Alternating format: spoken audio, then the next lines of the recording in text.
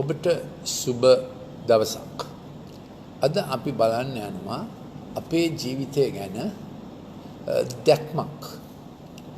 ඉතින් මෙහෙමයි ඒ දැක්ම ඒකත් සෞභාග්‍ය සඳහා දැක්මක්.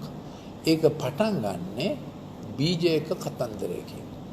දැන් තියෙනවා තිරිඟු, ඉරිඟු, වී එක බීජ වර්ග ගොඩක් තිබෙනවා. දැන් මේක අපි පොඩක් හිතමුද නිකන් තිරිඟු බීජයක් කියලා. ලංකාවේ නම් බඩිරිඟුත් තියෙනවා. තිරිඟු බීජයක් කියලා හිතමු. එතකොට මෙහෙමයි මේ බේකරි කරුවා රොටියක් හදනවා. නැත්නම් පාන් ගෙඩියක් හදනවා. ඉතින් එයාගේ උත්සාහය මොකද්ද? එක එක පළාතෙන් ආපු තිරිඟු දැන් එයාට හම්බ වෙලා තිබෙනවා. නිකන් අපි මේක තිරිඟු වලින් කියමු. ඉතින් යාපනයෙන් ආපු තිරිඟු. අපි කියමු පේදුරු තුඩුවෙන්. එතකොට දෙවුන්දර තුඩුවෙන් ආපු තිරිඟු. කොළඹින් ආපු තිරිඟු. එතකොට මඩකලපුවෙන් ආපු තිරිඟු.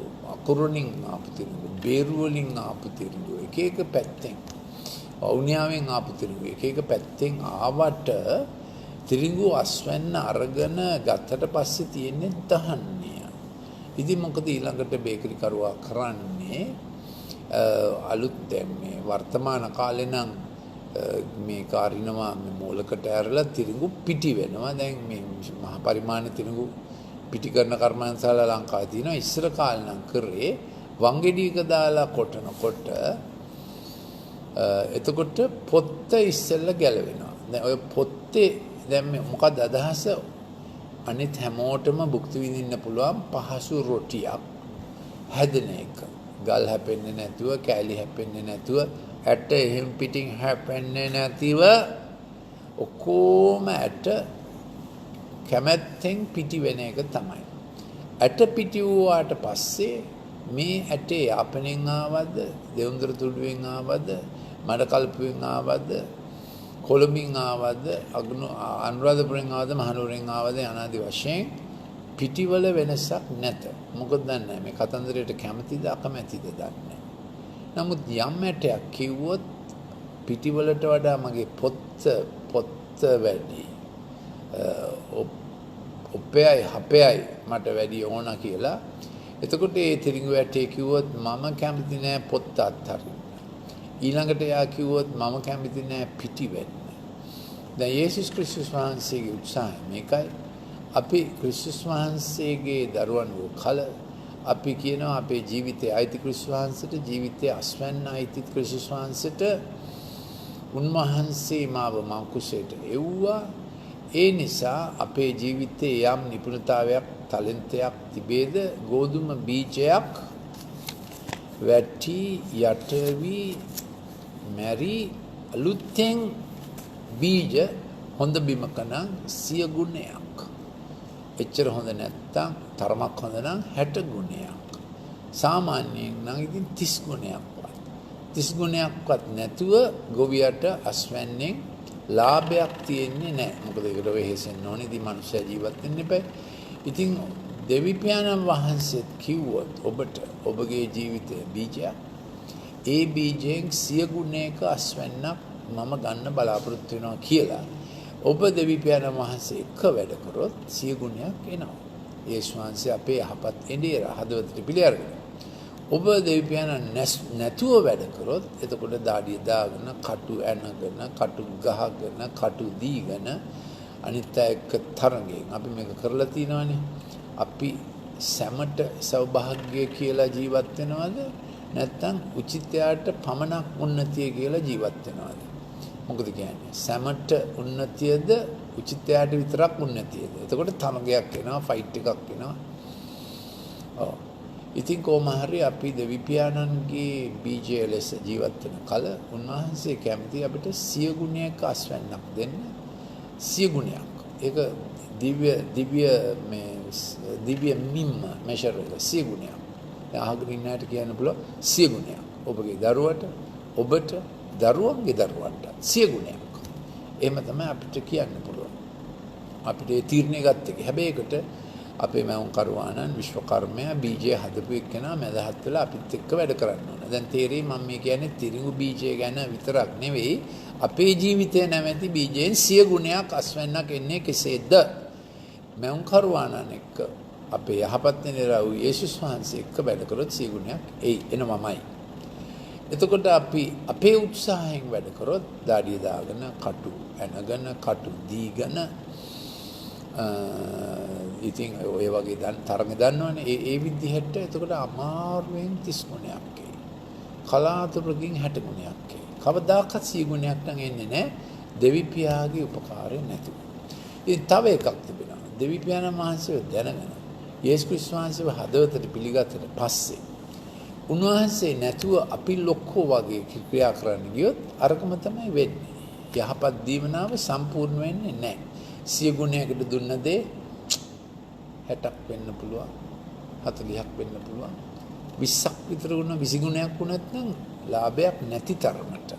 ඉතින් අපි කැමති නැහැ වෙන්න නේද? ඉතින් අපි කියන්න ඕනේ අද අනේ දේව පියාණනි ඔබ වහන්සේගේ හස්තේ බීජයක් ලෙස මගේ ජීවිතේ බාරගත මැනව.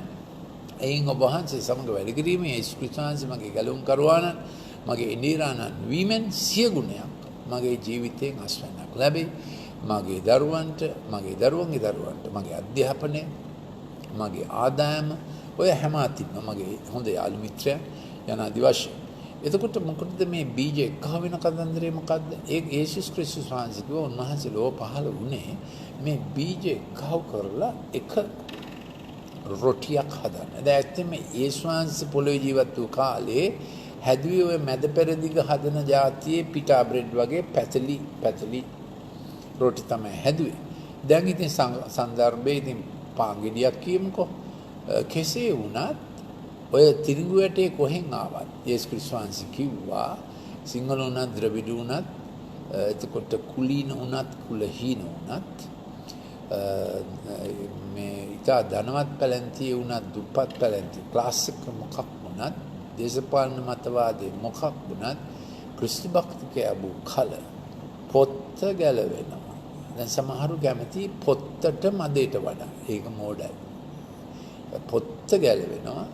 ඊළඟට අර දහන්නේය උන්වහන්සේ පිටි ලෙස උන්වහන්සේගේ රොටිය හදන විට අපි කොහොම එක හා සමාන වෙනවා. ඒක තමයි ක්‍රිස්තුස් වහන්සේගේ සමානාත්මතාවය සහ ක්‍රිස්තුස් වහන්සේගේ සමාජවාදී. උන්වහන්සේ රොටියක් හදනවා. ඉතින් මේ බේක what are you doing? මොනවද ඔබ කරන්නේ? එතකොට මේ බීජවල පොත් ඇරලා ඔක්කොම පිටි හදලා එයා රොටිය හදනවා.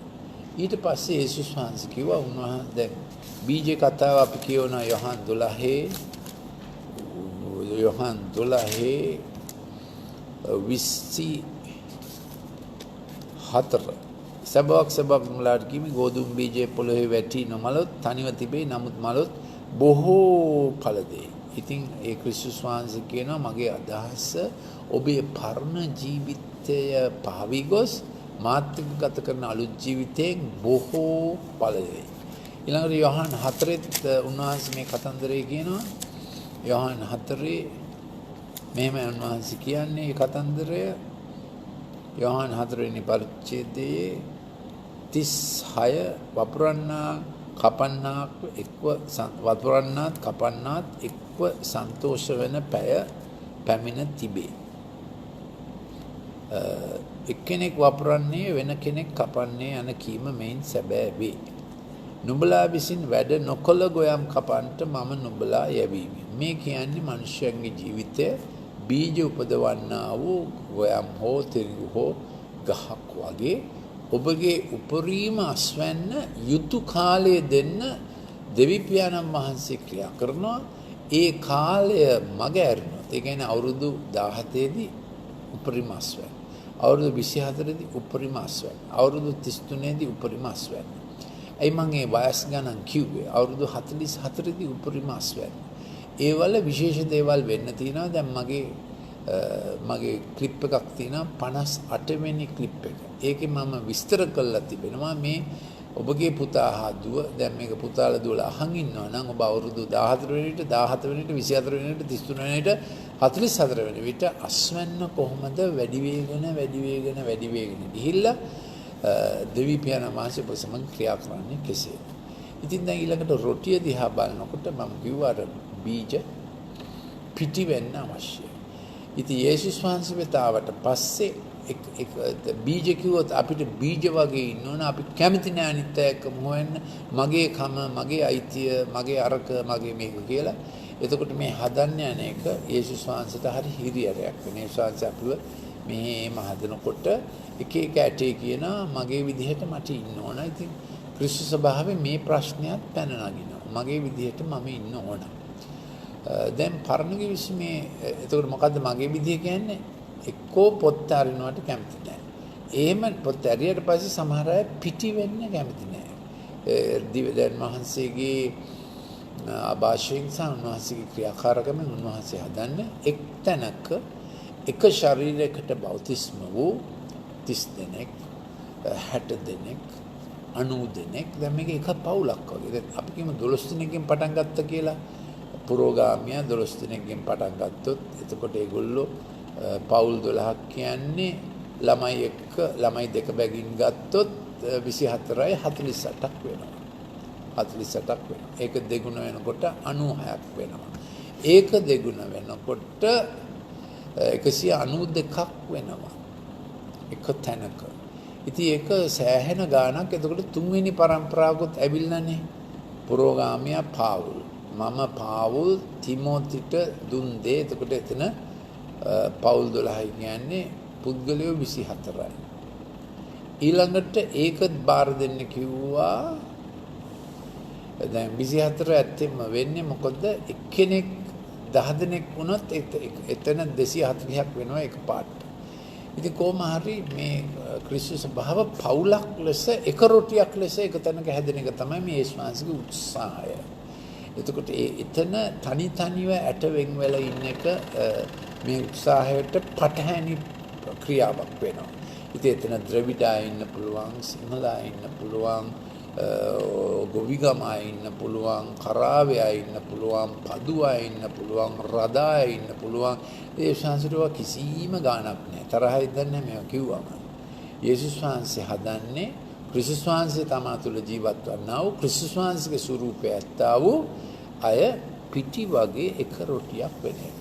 ඔබ එහෙම තැනකදී ඉන්නේ. නැත්නම් ඔබ තනියා වගේ තනි ඇටේ සෙල්ෆි එක දාගෙනද ඉන්නේ කියලා අද කල්පනා කරලා බලන්න ඕන. ඊට පස්සේ උන්වහන්සේ කියනවා මේක හැදුවට පස්සේ ඔබගේ ජීවිතය ක්‍රිස්තුස්ගේ අදහස මේ හදපු එක කෑල්ල අනිත් අයගේ ජීවනය සඳහා ජීවිතය සඳහා යොමු වෙන්න අවශ්‍යයි. ඒකයි ක්‍රිස්තු භක්තිකයාගේ ජීවිතය. ඒක නිසා තමයි උන්වහන්සේ අන්තිම රාත්‍රියේ ගෝලයේ ඔක්කොම එක්කව කරලා උන්වහන්සේ රොටියක් හදලා තිබුණා. උන්වහන්සේ රොටිය අරගෙන කිව්වා මේ රොටිය නම් මාගේ ශරීරය. ඊට පස්සේ ඒක කඩලා උන්වහන්සේ එක එක්කෙනාට දුන්නා. මේ හැම කඩපු කෑල්ලක්ම තව ක්‍රිස්තුස් වහන්සේගේම කොටසක් වෙන පිණිස. ඉතින් අපි කියමු පේත්‍රුස් රෝමෙට ගිහිල්ලා හැදුවා ක්‍රිස්තුස් ස්වභාව. යෝහාන් එපිසලු හිටියේ වැඩි කාලයක්. එපිස නගරයේ විශාල සභාවක් ඇති වුණා. ඇත්තෙම එලිදරව් පොත ලියන කාලේ ලොකුම සභාව තිබුණේ එපිස නුවර. එලිදරව් පොත ලියනකොට ක්‍රිස්තු වර්ෂ 96 දී එපිස සභාවේ පළමු ප්‍රේමය හිණ වෙලා තිබුණා. නමුත් ඒගොල්ලන්ගේ දේව ධර්මයේ බොහොම ඍජුව තිබුණා. එතකොට තව රොටියක් ඒක යෝහාන් මැදහත් වීමෙන් ඒක හැදුනා කියලා තමයි කියන්නේ. ඉතින් තව සභාවක් ඇති වුණා ෆිලදෙල්ෆියා කියන ස්ථානයේ. ඒක බොහොම ප්‍රේමාන්විත සභාවක්. යේසුස් වහන්සේ කිව්වා ඔබට මම දොරටු අරිනවා මමම දොරටු අරිනවා. ඔබ දිලිඳු නමුත් ඔබ ශක්තිය ස්වල්ප නමුත් ඔබ මාගේ නාමයට ප්‍රේම කරන නිසා පීනාමද්දී මාගේ නාමය අත්හැරියද නිසා. ඊළඟට ලෙව්දික කියලා සභාවක් තිබුණා. ඒගොල්ලන්ට ක්‍රිස්තුස් වහන්සේ ඕන නැති තරම් වුණා. ගෙයි දොරෙන් එළිය ඉඳගෙන ක්‍රිස්තුස් වහන්සේ තට්ටු කරනවා දොර අරින්න මොකද ඒගොල්ලෝ මම ධනවත්ය මම බලවත්ය කියපු සභාවක්. දැන් තේරෙනවද රොටි වලට උන දේ? ඔක්කොම රොටි එක වගේ උනේ නැහැ. ඒකට සෑදෙන්න යොමු වුණු අය ඒක එක එක විදිහට සෑදුවා. ඒක එතකොට ක්‍රිස්තුස් වහන්සේගේ ගෞරවයට හේතු වන්නේ නැත. ඉතින් එලිදරව් පොත ඉවර වෙනකොටම අපිට පේනවා සභාවල කචල් තිබුණා. සභා දෙකක් තිබුණා. ස්මර්නා සභාව බොහෝ දුක් විඳින සභාවක්. පිලදෙල්ෆියා සභාව බොහෝ සුභාරංචි ප්‍රකාශ කළ සභාවක්. එපිස සභාව බොහෝ සේවාවන් කළ සභාවක්. හැබැයි පළමු ප්‍රේමය අඩු වෙලා තිබුණා.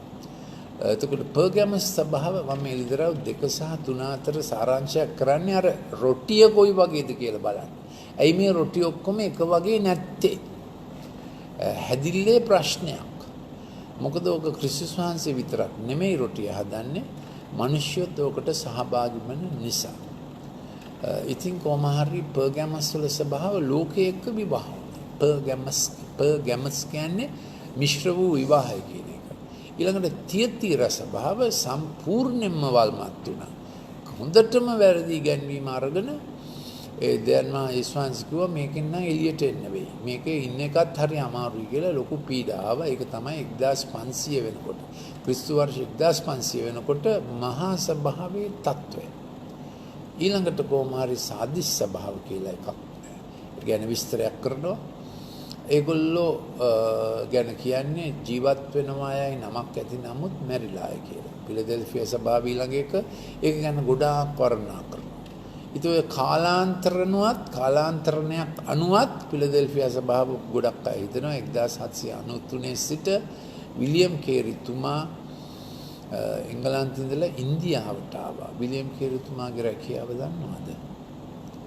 එයා සපත්තු මහන ළමෙක්. නමුත් දැන් වහන්සේව කැඳෙව්වා. එයාට උගත්කමක් තිබුණේ නැහැ. දැන් වහන්සේව කැඳවල එයා කොහටද ආවේ? එයා ආවේ ඉන්දියාවට. ඉන්දියාවේ කොහෙද වැඩි හරියක් හිටියේ සරම්පෝ කියන නගරේ. එයා බයිබලය පරිවර්තනය කරා. මේ කිසිම උගත්කමක් නැති ළමයා. බයිබලය පරිවර්තනය කරා භාෂා 27කට. සම්පූර්ණ බයිබලය පරිවර්තනය කරා භාෂා 7කට. හිතන්න පුළුවන්ද? එක පුද්ගලයෙක් උගත්කමක් නැති පුද්ගලයෙක් විශ්වවිද්‍යාලයකට ගිහිල්ලා නැහැ එයා. නමුත් දිව්‍ය ජොලිතය නිසා විලියම් කේරි එයා තමයි බැප්ටිස්ට් සභාවේ ප්‍රසිද්ධම මිෂනාරිවරයා. ලංකාවේ තියෙනනේ කේරි කොලෙජ් කියලා එකක්. එයාගේ නමින් තමයි තියෙන්නේ. එයා මුළු බයිබලය භාෂා 7කට පරිවර්තනය කරා. අලුත් ගිවිසුමේ කොටස් තව භාෂා 20කට පරිවර්තනය කරා. හිතන්න අමාරුයි නේද? ඉතින් කොහොම හරි ඒ ෆිලදෙල්ෆියා සභාවට දැන් වහන්සේ දොරටු ඇරියා. හඩ්සන් ටේලර් චීනට ගියා. විලියම් කේරි ඉන්දියාවට ආවා. එතකොට අදුනිරාම් ජඩ්සන් බුරුමේට, ඒ කියන්නේ මියන්මා වලට ආවා. එක එක රටවලට ආවා. දෙවන් වහන්සේට ප්‍රශංසා වේවා. ලංකාවට ආවා 1812 දී එබනීසර් ඩැනියල් කියලා බැප්ටිස්ට් මිෂනරි කෙනෙක්. CMS මිෂනාරිවරු ආවා 1816. මෙතොදිස්ත මිෂනාරිවරු ආවා මට මතක හැටියට 1818 දී. කොහොම හරි දෙවන් වහන්සේගේ රොටිය ලංකාවේ හැදුණු හැටි. දැන් මේ අවසාන කාලේ වෙනකොට අපිට පේනවා රොටිය දිලිසෙනවා වැඩි. ඒ කියන්නේ ලෙව්දික සභාව මොකද කිව්වේ? මම ධනවත්ය, මම බලවත්ය, මට කිසි දෙයකින් අවශ්‍යතාවයක් නැත. යේසුස් වහන්සේ මොකද කිව්වේ? නුඹ දුක්ඛිතය, නුඹ කාලකන්ණිය, ඉක්මනින් මගෙන් ඉල්ලා ගන්න ඇහැ පෙනෙන පිණිස ඇස්සඳුන්, නිර්වස්ත්‍රකම වසා ගන්නා පිණිස සලු. එහෙමයි යේසුස් වහන්සේ කිව්වේ. හැබැයි ඒගොල්ලන්ට පසුතැවෙන්න උන්වහන්සේ ප්‍රස්තාවක් දුන්නා. උන්වහන්සේ කිව්වා පසුතැවෙන්නාට මාගේ සිංහාසනේ පංගුකාරකමක් දෙන්නෙමි කියලා. ඉතින් මම ටිකක් හිතුවරලා දිගට කතා කරා මේ රොටි කතන්දර. ඉතින් බේකර් ඊළඟට මේ බේකර්නේ එයා මේ රොටිය හදන්නේ. ඉතින් මේ රොටිය හැදුවේ මොකටද? හැමෝටම බෙදා දෙන පිණිස. ඒකයි අපි ශුද්ධ සහභාගීකමෙන් පෙන්වන්නේ. මේ මාගේ ශරීරය නුමුදෙසා බින්දන හැමතිස්සෙම ක්‍රිස්තුස් භාවයේ කැඳවීමක් තිබෙනවා. ක්‍රිස්තුස් වහන්සේගේ දුක් විඳීමේ පංගුකාරකම්. ඊළඟට අපි එක්ව කිරීමේ කැඳවීම. එක එක ඇටයට කියන්න බෑ දැන් මට ඕන දේ මං කරනවා කියලා. ඉතින් මේක වර්තමාන ක්‍රිස්තු සභාවේ ලොකුම දුර්වලකම තමයි එක එක්කෙනා තම තමාගේ උන්නතිය සෙවීම. එතකොට සාමූහික වගකීමකුත් නැහැ, සාමූහික ශක්තියකුත් නැහැ. එකම ඉරිද රැස්වීම හිටියත් එක් එක්කෙනා තමන්ගේ උන්නතිය සොයනවා. එතකොට ක්‍රිස්තු ස්වභාව දුර්වල වෙනවා. ස්වාමීන් වහන්සේ කිව්වා දෙදෙනෙක් හෝ තුන්දෙනෙක් එකඟ වූ හොත් පාතාලයේ දොරටු වහනවා. ස්වර්ගයේ දොරටු අරිනවා. ඒ කියන්නේ පවුල් උදෙසා. 20ක් හෝ 30ක් එකඟ වුණොත් ඒ 30 දෙනාගේ කටයුතු නිසා සමහර විට ප්‍රදේශ ක්‍රියා කරන්නා වූ නපුරු දුර්ජන මත් පොලක් වහේ. ස්වාමීන් වහන්සේගේ මහත් ආශිර්වාදයක්. ඉතින් හිතලා බලනකොට 200ක් 300ක් එකතු වුණත් නගරයේ ස්වභාව. ඒ නගරයට කොච්චර අහස විවර වේද? නගරයේ තිබෙන මේ හේදිසේ දොරටු වැහි. ඉතින් මම කියන්නේ මතෙව් 16 මතෙව් 18 සිට 20ට දෙන්නෙක් හෝ තුන් දෙනෙක් එකඟ වෙයි කියලා පටන් ගන්න. ඒ කියන්නේ පවුලේ එකඟ වීම ඊළඟට 20ක් 30ක් එකඟ වීම වැඩිපුර ක්‍රිස්තු භක්තිකයෝ කණ්ඩායමක් කවුවි එකඟ වුණත් දැන් මහන්සියට මොනව කරන්න පුළුවන්ද? කොහොම හරි දැන් මේ රොටිය හදනවනේ. රොටිය හදන්නේ මේසයක් උඩ. පරණ බක්කරේලා දැකලා තියෙනවද දන්නේ? පාන් හදන බක්කරේලා පිටි දාලා ඒක හදාගෙන යනවා දිග ලොකු මේසයක් ඒක. මං කැමති හිතන්නේ මේ මේසෙට තියෙනවා කකුල් 12ක් කියලා. දැන් මේසයක් තිබ්බම ඔබ කෑම මේසයක් තිබ්බ කියමු. ඒ කෑම ඔබට ආරාධනාවක් ලැබුණා කෑම මේසයක් ගියා. කෑම ලස්සන කෑම තියෙනවා. එතකොට ලස්සන රෙද්දක් දාලා තිනවා. කී දෙනෙක් පාත් වෙලා අර මේසේ කකුල් බලලා තියනවද නැන්නේ? මේසේ කකුල් බලලා නැන්නේ නෑ. ඉතින් හැබැයි ඒකේ බර දරන්නේ මේ කකුල්. ඒගොල්ලෝ තමයි නායකයෝ. අනිත් අයගේ රොටිය හදන පිණිස. ඉතින් නායකයන්ට මොනවද අවශ්‍ය ලක්ෂණ? ඔක්කොම එකට පුට්ටු වෙන්න ඕන.